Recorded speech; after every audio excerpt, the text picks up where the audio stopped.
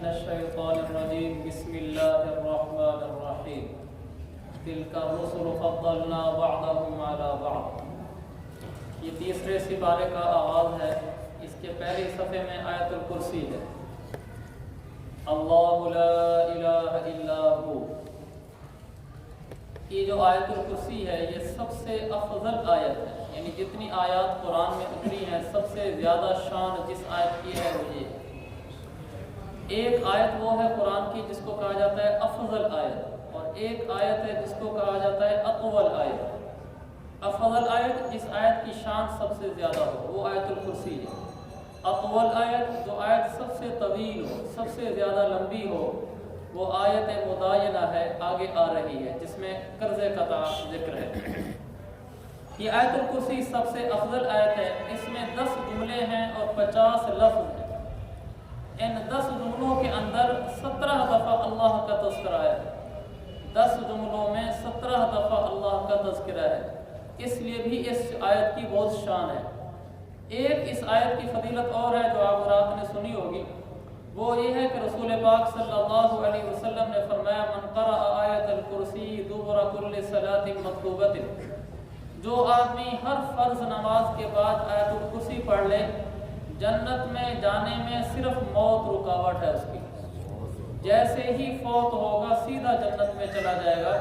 لہذا ہر فرض نماز کے بعد ایک دفعہ آیت الکرسی ضرور پڑھنا چاہیے، یہ بات حدیث میں آئی ہے۔ اگلے صفحے پر 3 قصے ہیں مختصر طور پر۔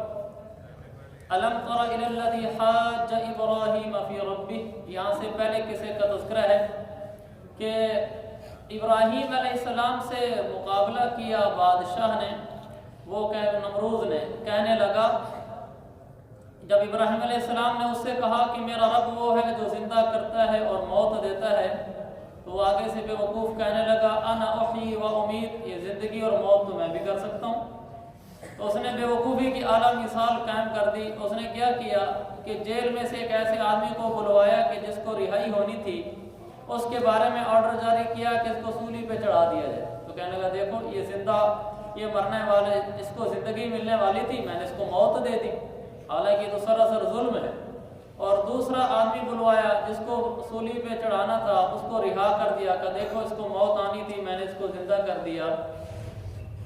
اس کو تو زندگی موت نہیں کہتے۔ ابراہیم علیہ السلام نے جب دیکھا کہ عقل و فارغ ہے، بالکل اس کو سمجھ ہی کچھ نہیں ہے، اس کو کوئی بڑی دلیل دینی چاہیے۔ ابراہیم علیہ السلام نے کہا کہ میرا رب وہ ہے یأتی بالشمس من المشرق فأتی بها من المغرب، میرا رب وہ ہے جو مشرق سے سورج نکالتا ہے، اگر ہمت ہے تو مغرب سے نکال کر دکھاتا۔ تو اسی وقت پھر فبہت الذی کفر، وہ بدبخت کافر چپ ہو کے رہ گیا، اسے کچھ نہ بن سکا۔ یہ پہلا قصہ ہے۔ دوسرا قصہ ہے حضرت عزیر علیہ السلام کا۔ حضرت عزیر علیہ السلام کھیتی باڑی کرتے تھے۔ ایک دفعہ اپنے کھیتوں سے کام کر کے واپس آ رہے تھے، راستے میں دیکھا کہ ایک بستی ہے جو اپنی چھتوں کے اوپر گری پڑی ہے، یعنی جیسے پرانی بستیاں جو ویران ہو چکی ہوتی ہیں۔ تو ان کو دیکھ کر کہنے لگے انا یحیی هذه اللہ بعد موتها، اللہ تعالیٰ کس طریقے سے اس کو بعد میں زندہ کرے گا۔ یہ نہیں تھا کہ نبی کو ان کے زندہ ہونے پر شک تھا، اللہ کے نبی نے اللہ سے سوال کیا کہ کس طریقے سے اللہ زندہ کرے گا۔ اللہ تعالیٰ نے اپنی قدرت دکھلاتے ہوئے اسی وقت عزیر علیہ السلام پر موت طاری کر دی۔ وہ 100 سال تک موت کی حالت میں رہے، یعنی فوت ہو گئے، 100 سال تک فوت شدہ رہے۔ وہ اپنے ساتھ گدھا لے کر جا رہے تھے جس پہ کچھ کھانے پینے کی چیزیں بھی تھیں۔ تو 100 سال کے بعد اللہ نے انہیں اٹھایا تو پوچھا، اللہ نے کم لبثت، عزیر میرے نبی بتاؤ تم کتنا عرصہ اس دنیا سے چلے گئے اور موت کی حالت میں رہے؟ تو وہ کہنے لگے کہ اللہ 1 دن تھا، یہ دن سے بھی کچھ کم تھا۔ اللہ تعالیٰ نے فرمایا نہیں عزیر بل لبثت 100 عام، تم 100 سال تک اس حالت میں رہے، 100 سال تک۔ اللہ نے فرمایا دیکھو اپنے کھانے کو، الی طعامک و شرابک لم یتسنہ، جو کھانا پینا انہوں نے اپنے ساتھ گدھے پر لادا ہوا تھا، اللہ نے فرمایا اس کو دیکھو۔ اس کو دیکھا تو وہ بالکل تازہ، اس کو کچھ بھی نہیں، 100 سال کے بعد بھی کھانے میں ذرا برابر فرق نہیں۔ اور دوسری طرف جو گدھا تھا وہ بالکل ختم ہو گیا، صرف ہڈیاں بچی ہوئی تھیں۔ اللہ نے ان کے سامنے ان ہڈیوں پر گوشت چڑھانا شروع کیا، یہاں تک کہ ان کے سامنے گدھا اٹھ کر کھڑا ہو گیا۔ تو اللہ تعالیٰ نے حضرت عزیر علیہ السلام سے کہا جب یہ ساری صورتحال سامنے آ گئی کہ اب دیکھو اس کو کہ میں نے کیسے بنایا، تو وہ کہنے لگے عزیر علیہ السلام اعلم ان اللہ علی کل شیء قدیر، واقعی اللہ تو ہر چیز پر پوری طرح قادر ہے۔ تو یہ دوسرا قصہ ہے جس میں اللہ تعالیٰ نے عزیر علیہ السلام کو موت دے کر 100 سال بعد زندہ کیا۔ اس 100 سال کے دوران کھانے میں تو ذرا بھی فرق نہ پڑا، وہ ویسے ہی تازہ رہا، گدھا بالکل ختم ہو گیا، لیکن پھر سے اللہ نے ان کو عزیر علیہ السلام کے سامنے زندہ کیا۔ تیسرا واقعہ ابراہیم علیہ السلام کا ہی ہے۔ ابراہیم علیہ السلام نے ایک دفعہ اللہ سے کہا کہ ارنی کیف تحیی الموتى، اللہ مجھے آپ دکھلائیں کہ آپ مردوں کو کیسے زندہ کریں گے۔ تو اللہ نے فرمایا ابراہیم اولم تؤمن، یقین نہیں آتا اس بات پر؟ کہنے کہ نہیں یا اللہ، ایمان یقین تو ہے لیکن دل کا اطمینان ذرا دیکھنا چاہتا ہوں، اس لیے عرض کیا ہے۔ اللہ نے فرمایا 4 پرندے پکڑو۔ تو ابراہیم علیہ السلام نے 4 پرندے، کوا، کبوتر، 2 پرندے کاف سے شروع ہوتے ہیں، 2 میم سے، مور اور مرغ، کوا، کبوتر، مور، مرغ، 4 پرندے انہوں نے اکٹھے کیے۔ اللہ تعالیٰ نے فرمایا کہ ان کے ٹکڑے ٹکڑے کر دو۔ انہوں نے ان کے سر، دھڑ، ٹانگیں سب الگ کر دی۔ 4 پہاڑ تھے، 4 پرندے تھے، اب ایک پہاڑ پر انہوں نے ایک پرندے کا سر، دوسرے پرندے کا سر دوسرے پہاڑ پر، تیسرے کا تیسرے پر، چوتھے کا چوتھے پر، پھر ان کی ٹانگیں مکس کر دی۔ کبوتر کی ٹانگیں کسی اور پرندے کے ساتھ، مور کی ٹانگیں کسی اور سر کے ساتھ، ان کو مکس کر کے 4 پہاڑوں پر رکھ دیا۔ اللہ نے فرمایا ثم ادعوهن یأتینک سعیا، اب یہاں سے کھڑے ہو کر آواز لگاؤ کوا۔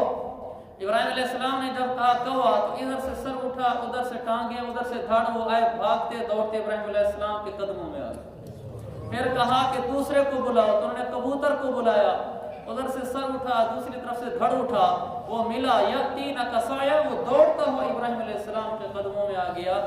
اس پر اللہ نے فرمایا وَعَلَمْ أَنَّ اللَّهَ عَزِيزٌ حَكِيمٌ، ابراہیم دیکھ لے تیرا رب ہر چیز پر پوری طاقت رکھتا ہے۔ یہ واقعہ ہمیں اس لیے بتایا گیا کہ اللہ ناممکن چیز کو بھی ممکن کرنے پر پوری طرح قادر ہے۔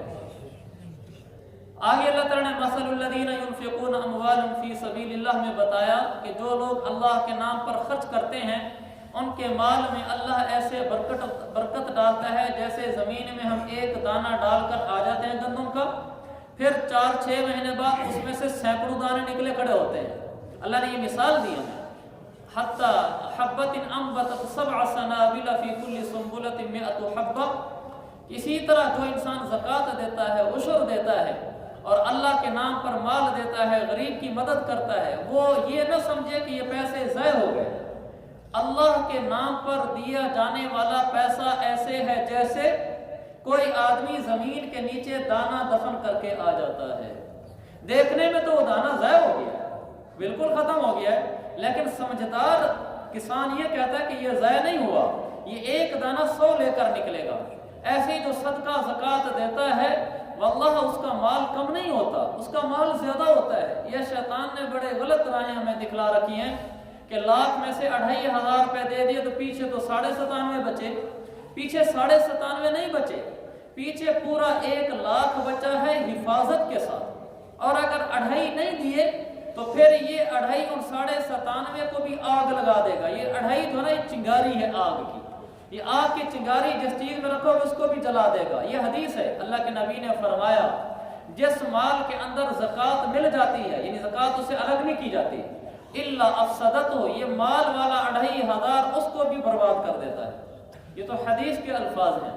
اس لیے جو لوگ زکوٰۃ دیتے ہیں، عشر دیتے ہیں، وہ بڑے سمجھدار لوگ ہیں، پچھلے مال کو بھی بچا لیتے ہیں اور نیکی بھی کما لیتے ہیں۔ اور جو نہیں دیتے وہ بیچارے ساری زندگی فقیر ہی رہتے ہیں، روتے ہی رہتے ہیں، بس ٹینشن ہی رہتی ہے، پیسے پورے نہیں، گھریلو حالات، بیماریاں، ہسپتال، عدالتیں، تھانے، گھر کی تکلیفیں، پریشانیاں، وہ ساری زندگی 2 + 2 کے چکر میں رہتے ہیں۔ اور جو عشر زکوٰۃ اللہ کے نام پر دے رہے ہوتے ہیں، آرام سے سوتے ہیں، آرام سے خوشحال زندگی گزارتے ہیں۔ نہیں یقین آتا تو کر کے دیکھ لیں۔ اس لیے کبھی یہ نہیں سمجھنا چاہیے کہ زکوٰۃ دینے سے غریب ہو جاؤں گا۔ اس لیے اگلے صفحے پر اللہ نے فوراً فرمایا الشیطان یعدکم الفقر، شیطان بڑا بدبخت ہے، تمہیں غربت دکھلائے گا کہ اگر تم نے دین کے نام پر کوئی پیسہ دیا نا تو تم غریب ہوئے۔ دیکھیں نا، جب بھی ہم دین کے نام پر پیسہ لگانے لگتے ہیں سب سے پہلا خیال یہ آتا ہے کہ غریب ہی نہ ہو جاؤ، مالی حالات نہ ڈھیلے ہو جائیں، اور دنیا پہ لگانے لگتے ہیں کوئی نہیں یار پیسہ کمائے کس لیے،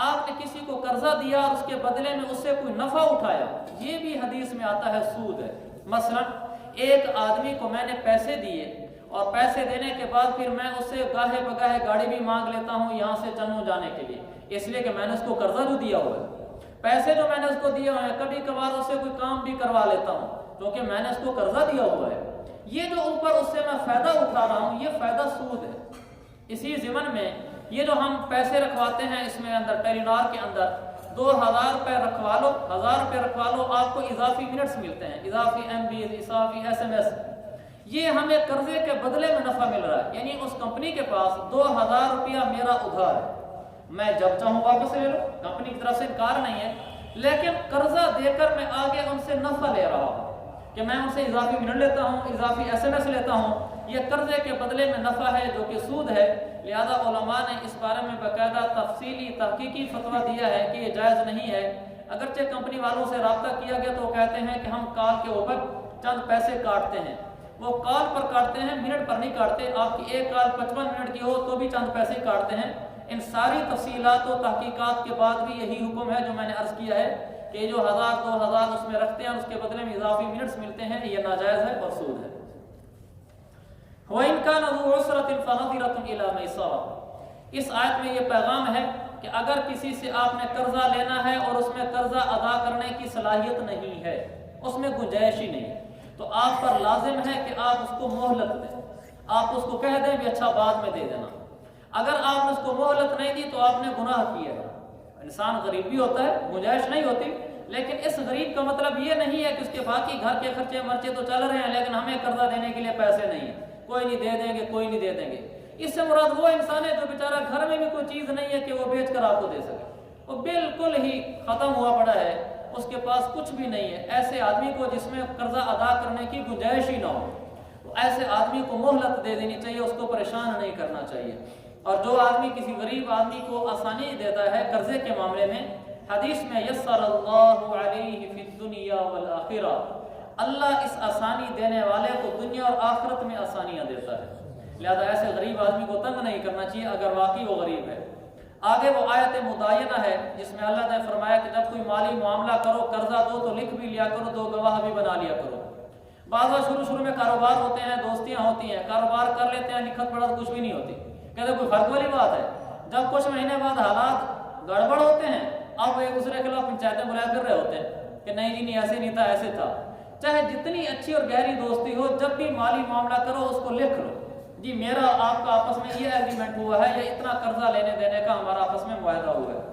سورت کے آخر میں اللہ نے فرمایا لا یکلف اللہ نفسا الا وسعها، شریعت کے جتنے احکامات ہیں یہ وہ احکام ہیں جن پر عمل کرنے کی ہمارے اندر طاقت ہے۔ اگر کسی عمل کی طاقت نہ ہو، اللہ حکم واپس لے لیتا ہے۔ مثلا ایک آدمی ہے نماز کھڑے ہو کر نہیں پڑھ سکتا تو شریعت حکم واپس لے لیتی ہے کہ بیٹھ کر پڑھ، بیٹھ کر نہیں پڑھ سکتا، شریعت حکم واپس لے لیتی ہے کہ لیٹ کر پڑھ لے۔ شریعت کا کوئی حکم ایسا نہیں ہے جو ہم نہ سر انجام دے سکتے ہو۔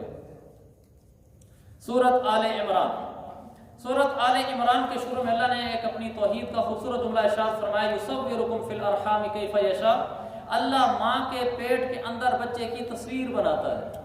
دیکھو نا 3 پردے ہوتے ہیں، اوپر پردہ ایک پیٹ کا، پھر نیچے ایک اور پردہ، پھر میڈیکلی نیچے ایک اور پردہ، 3 پردوں کے اندر بچہ بن رہا ہوتا ہے، اس کی تصویر بن رہی ہوتی ہے کہ اس کا چہرہ کیسا ہونا ہے، ناک کیسے ہونا ہے، اور کس پر تصویر بن رہی ہوتی ہے؟ پانی کے اوپر، کیونکہ شروع میں جب انسان بن رہا ہوتا ہے تو وہ ایک پانی کی تھیلی ہوتی ہے، اس میں وہ بچہ بن رہا ہوتا ہے۔ پانی کے اوپر تو آج تک دنیا کو کوئی مصور تصویر بنا ہی نہیں سکا، لیکن میرے رب نے ایسی تصویریں بنائی ہیں کہ اربوں خربوں قدموں انسانیتوں کی آپس میں تصویریں ملتی نہیں ہیں۔ کیا عجب قدرت ہے، ساری دنیا اس سے عاجز ہے۔ اور آگے فرمایا زُيِّنَ لِلنَّاسِ حُبُّ الشَّهَوَاتِ مِنَ النِّسَاءِ، 6 چیزیں ایسی ہیں کہ جن کی محبت انسان کے اندر آ جاتی ہے تو عام طور پر انسان ان محبتوں میں پڑھ کر اللہ سے غافل ہو جاتے ہیں۔ کون سی 6 چیزیں جہاں پر ہمیں چوکنا رہنا ہے؟ نمبر 1 نساء، عورت کی محبت انسان کو دین سے دور کر دیتی ہے۔ دیکھنا چاہیے کہ مجھے عورت سے محبت اس قدر تو نہیں ہے کہ شریعت کو بائی پاس کر رہا ہوں اس کی محبت میں۔ دوسرا بیٹوں کی محبت، تیسرا مال زیادہ ہونے کی محبت، چوتھا سواری کی محبت، 5واں جانوروں کی محبت، چھٹا فصلوں اور کھیتیوں کی محبت۔ ان چیزوں میں انسان پڑھ کر اللہ کو بھول جاتا ہے۔ آگے اللہ نے اپنی توحید بیان فرمائی یہ مشہور آیت ہے جس میں اللہ تعالیٰ فرماتا ہے تو عز من تشاء و تذل من تشاء، عزتیں ذلتیں صرف اللہ کے ہاتھ میں ہیں۔ اچھا، جب عزت ذلت اللہ کے ہاتھ میں ہے تو پھر ہم لڑتے کیوں ہیں کہ اس نے ہمیں ذلیل کر دیا، اب ہم اس کو مزہ چکھا دیں کہ اس کی ایسی تیسی۔ ادھر کہتے ہیں کہ ذلت اللہ دیتا ہے، ادھر کہتے ہیں کہ میں اب اس کو ذلیل کر کے دکھلاؤں گا کیونکہ اس نے مجھے ذلیل کیا ہے۔ ذلیل تو اللہ کرتا ہے، عزتیں تو اللہ دیتا ہے، لہذا اگر کوئی آدمی ہمیں ذلیل کرے اس کے بدلے میں ہم اس کو ذلیل نہیں کریں گے، ہم کیا کریں گے؟ من اراد العزت فللہ العزت جمیعا، جو آدمی چاہتا ہو کہ اللہ مجھے عزتیں دے، اللہ فرماتے ہیں میری طرف آئے میں اسے عزتیں دوں گا۔ ہم کیا کرتے ہیں؟ ہم اس انسان کو ذلیل کر کے اپنی عزت بحال کرانا چاہتے ہیں کہ میں نے بھی اس کو مزہ چکھا دیا، پتہ چل جائے کہ ہم بھی بڑے لوگ ہیں۔ یہ بڑی نادانی کی باتیں ہیں۔ ہمیں ذلت ملی ہے تو اللہ کی طرف دوڑے کہ اللہ مجھے عزت عطا فرما، اگلے کو ذلیل نہ کرے۔ اور اگر اللہ عزتیں دے دے تو کھانے کھانا بن جائے کہ میں کوئی چیز ہوں، یہ سمجھے کہ اللہ نے عزت دی ہے، جو اللہ عزت دیتا ہے وہ ذلت بھی دے سکتا ہے۔ اس صفحے کے آخر میں فرمایا جو آدمی اللہ کا محبوب بننا چاہتا ہو فاتبعونی یحببکم اللہ، حضرت محمد مصطفیٰ صلی اللہ علیہ وسلم کی سنتوں پر عمل کرے، اللہ کا محبوب بن جائے گا۔ پھر آگے اللہ نے اپنی قدرت کے 3 قصے بیان فرمائے۔ ایک قصہ یہ ہے جو حضرت مریم علیہ السلام کی ولادت کا ہے۔ حضرت مریم علیہ السلام یہ ان کی والدہ تھی حضرت حنہ بنت فاقوس، مدت ہوئی تھی یہ کوئی بچہ پیدا نہیں ہوا تھا۔ ایک دن کی والدہ حضرت حنہ بیٹھی تھی، دیکھا کہ سامنے ایک پرندہ ہے، وہ پرندہ اپنے چھوٹے بچے کو ساتھ بٹھا کر اس کو دانہ کھلا رہا ہے۔ تو انہوں نے دیکھا کہ پرندہ تو اپنے بچے سے کھیلے اور میرا کوئی بچہ نہ ہو، تو ایک دم دل میں جو امنگ اٹھی تو ہاتھ اٹھا دیا اللہ کے آگے کہ اللہ تو سب کچھ کرنے پر قادر ہے، ان کو بچے دے سکتا ہے، مجھ کو بوڑھی ہونے کے باوجود بھی بچہ دے سکتا ہے۔ اللہ نے حضرت حنہ کو بچہ دے دیا حضرت مریم علیہ السلام کی شکل میں، تو حضرت مریم پیدا ہوئی۔ جب حضرت مریم پیدا ہوئی تو ان کے والد حضرت عمران فوت ہو گئے، اس لیے سورت کا نام آل عمران ہے۔ ان کے والد حضرت عمران فوت ہو گئے تو اللہ تعالیٰ نے حضرت زکریا علیہ السلام کے ذمہ لگایا کہ آپ اس بچی کی کفالت کریں۔ دوسرا قصہ ہے حضرت یحییٰ علیہ السلام کی ولادت کا۔ حضرت زکریا علیہ السلام کی عمر تھی 100 سال اور ان کی بیوی کی عمر تقریباً 90 سال تھی، بوڑھی بھی تھی بانج بھی تھی۔ زکریا علیہ السلام نے 100 سال کی عمر میں ہاتھ اٹھا دیے، ہنالک دعا زکریا ربہ، اے اللہ تجھے پکارتا ہوں بیٹا عطا فرما۔ اللہ نے فرمایا ایسا بیٹا عطا فرمائیں گے تمہیں خوش کر دے گا۔ پھر اللہ نے حضرت یحییٰ علیہ السلام پیدا فرمایا جو بعد میں نبی ہوئے۔ یہ اللہ اپنی قدرت دکھلا رہا ہے کہ وہ بڑھاپے میں بھی اولادیں دے سکتا ہے، یعنی ناممکن کو ممکن کر سکتا ہے۔ تیسرا واقعہ اللہ کی قدرت کا حضرت مریم علیہ السلام سے حضرت عیسیٰ کی پیدائش کا ہے۔ حضرت عیسیٰ علیہ السلام بغیر باپ کے پیدا ہوئے، اللہ نے اپنی قدرت دکھلائی۔ آگے ایک آیت ہے نحن انصار اللہ، اس آیت میں اللہ کی طرف سے یہ پیغام ہے کہ جو آدمی اہل اللہ کے ساتھ جو معاملہ کرتا ہے وہ ایسے ہے جیسے خود اللہ کے ساتھ معاملہ کر رہا ہو۔ کیا مطلب؟ ایک آدمی اللہ کے کسی نیک بندے کے ساتھ محبت احترام سے پیش آتا ہے، اس کا مطلب یہ کہ اللہ کی عزت کر رہا ہے۔ اگر کوئی آدمی کسی اللہ والے کے ساتھ توہین کا معاملہ کر رہا ہوتا ہے، اس کا مطلب یہ کہ اللہ کے ساتھ نامناسب معاملہ کر رہا ہے۔ آگے ہمارا عقیدہ بیان کیا گیا قرآن میں حضرت عیسیٰ علیہ السلام کے بارے میں، وَرَافِعُكَ إِلَيَّ، عیسیٰ علیہ السلام کو جیسا کہ عیسائی کہتے ہیں کہ موت آ گئی ہے، مسلمانوں کا یہ عقیدہ نہیں ہے ان کو موت آئی ہے۔ مسلمانوں کا عقیدہ کیا؟ رافعک الیہ، اللہ تعالیٰ نے حضرت عیسیٰ علیہ السلام کو زندہ یا زمین سے اوپر آسمانوں کی طرف اٹھا لیا تھا۔ ابھی بھی عیسیٰ علیہ السلام اوپر زندہ ہیں۔